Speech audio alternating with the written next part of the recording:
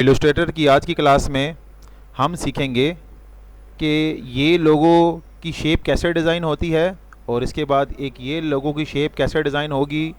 तो चलें आज शुरू जाते हैं अपनी इस कंप्यूटर की स्क्रीन पर। तो सबसे पहले हमने क्या करना है, यहाँ पर एक शेप डिज़ाइन करनी है, जैसे कि अंडे की एक शेप होती है। और इसी तरह हमने इसी शेप की दूसरी कॉपी लेनी है, लेकिन उससे पहले हमने टूल नंबर 1 पे जाना है। और इसकी दूसरी कॉपी कैसे लेंगे, आल्ट की मदद से इसकी दूसरी कॉपी बनाएंगे। इस शेप को उठाकर आगे लेके जाएंगे ऐसे, लेकिन साथ में हम आल्ट का बटन भी होल्ड करेंगे। तो देखें अब कि मैंने शेप को इसको कंप्लीट कर दिया। अब हम इन्हीं दो शेप से दो कॉपियाँ और बनाएंगे। तो उसके लिए हमें क्या करना पड़ेगा, हमें यहाँ पर दोबारा से आल्ट का बटन होल्ड करके इसकी एक और कॉपी बना लेंगे कुछ ऐसे। अब हमने इस शेप को जोड़ना है, तो जोड़ने के लिए पहले ये दो शेप्स को सिलेक्ट करेंगे और अब जाएंगे अपने एक टूल को सीखेंगे जिसका नाम है शेप बिल्डर। तो शेप बिल्डर वाले टूल क्या काम है, या इसी शेप को जोड़ने का काम करता है। तो देखें प्लस का साइन बना हुआ है, तो इसका मतलब ये क्या करेगा, ये शेप को जोड़ देगा। तो इस तरह से हम इसके ऊपर से गुजारेंगे तो ये शेप को इसने क्या कर दिया, जोड़ दिया। लेकिन यही काम हम नीचे वाली शेप के ऊपर करेंगे, लेकिन हमें हर चीज़ को अलग अलग करना है। तो उसके लिए हमें क्या करना पड़ेगा, उसके लिए हमें दोबारा से शेप बिल्डर वाले ऑप्शन में जाएंगे और यहाँ पर इसको अलग अलग क्लिक करना पड़ेगा। ऐसे ड्रैगिंग करने से ये जुड़ जाएगा, लेकिन हमें इसे जोड़ना नहीं है, हमें इसे अलग अलग करना है। यानी कि ये चीज़ हिस्सा अलग हो गया, ये हिस्सा अलग हो गया और ये हिस्सा अलग हो गया। तो देखें इस हिस्से को हमने अलग कर दिया और इस हिस्से को हमने अलग कर दिया।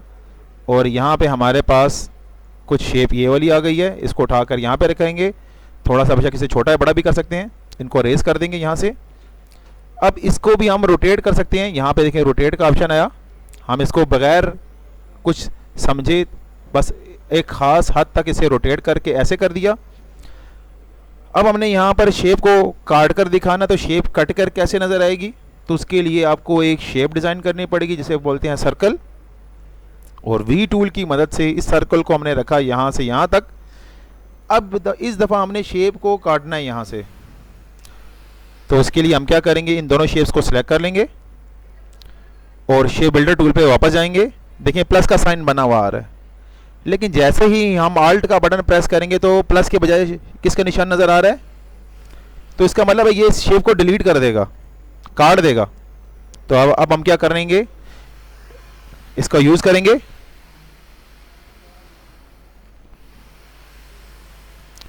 तो आई होप सो आपको ये समझ में आ गया होगा कि ये हमने शेप कैसे डिज़ाइन की।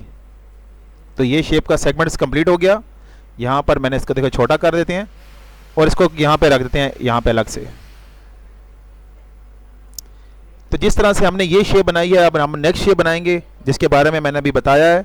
तो वो कौन सी शेप है, तो यहाँ से हमने ये लेना है एक रेक्टेंगल ऐसे, ठीक है।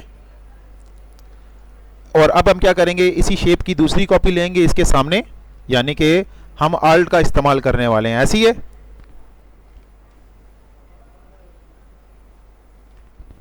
तो देखिए कुछ फासले पर रखकर मैंने बनाया, लेकिन मैंने इस मैथ का तयन नहीं किया कि इसकी दूसरी कॉपी कैसे, मैंने कितने फासले पे बनाई है, ऐसी है। तो तीसरी कॉपी कैसे बनेगी, तो वो बनेगी डुप्लीकेट बनेगी कंट्रोल डी की मदद से। तो हम यहाँ पे एक शॉर्टकट की यूज़ करने वाले हैं जिसका नाम है कंट्रोल डी। तो जैसे ही मैंने कंट्रोल डी प्रेस किया तो एक कॉपी बन जाएगी। और इसी तरह अगर हम कंट्रोल डी प्रेस करते रहेंगे तो इसी तरह की कॉपियाँ मज़ीद आगे बनती जाएंगी। तो लेकिन हमें इतनी ज़्यादा कॉपियाँ नहीं चाहिए, हमें सिर्फ 3 कॉपियाँ चाहिए थी। लेकिन हम क्या करेंगे, इन सारी कॉपीज़ को रेज कर देंगे और दोबारा से एक नई कॉपी बनाएंगे। तो इस दफ़ा हमने क्या किया, थोड़ा आगे करके थोड़ा ऊपर करके, जैसे सीढ़ी होती है, इस तरह से हमने इस कॉपी को बनाया, ठीक है। और अगली कॉपी बनाने के लिए हम किसी बटन को यूज़ करेंगे।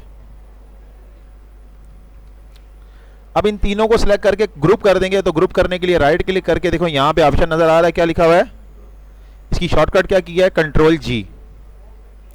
और इसको रोटेट करने देंगे। तो देखो रोटेट करने के लिए अभी थोड़ी देर पहले एक ऑप्शन आ रहा था ये वाला, इसकी मदद से हम इसे रोटेट कर देंगे। तो कितने एंगल पे रोटेट करेंगे, इसे हम 30 के एंगल पे रोटेट करेंगे, क्योंकि एक जो सी ट्रायंगल होती है वो 60 के एंगल की होती है।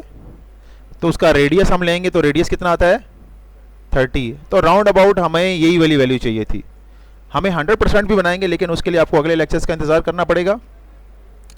अब हम यहाँ पर क्या करेंगे, एक रेक्टेंगल लेंगे यहाँ से ऐसे, और देखें ऐसे ड्रॉ कर देंगे। ऐसे है जैसे कि पौधा गमले के अंदर लगा हुआ है, ठीक है। और क्या करेंगे, इस सारे हिस्से को सिलेक्ट करेंगे और नहीं, शेप बिल्डर की मदद से निचले हिस्से को रेज कर देंगे।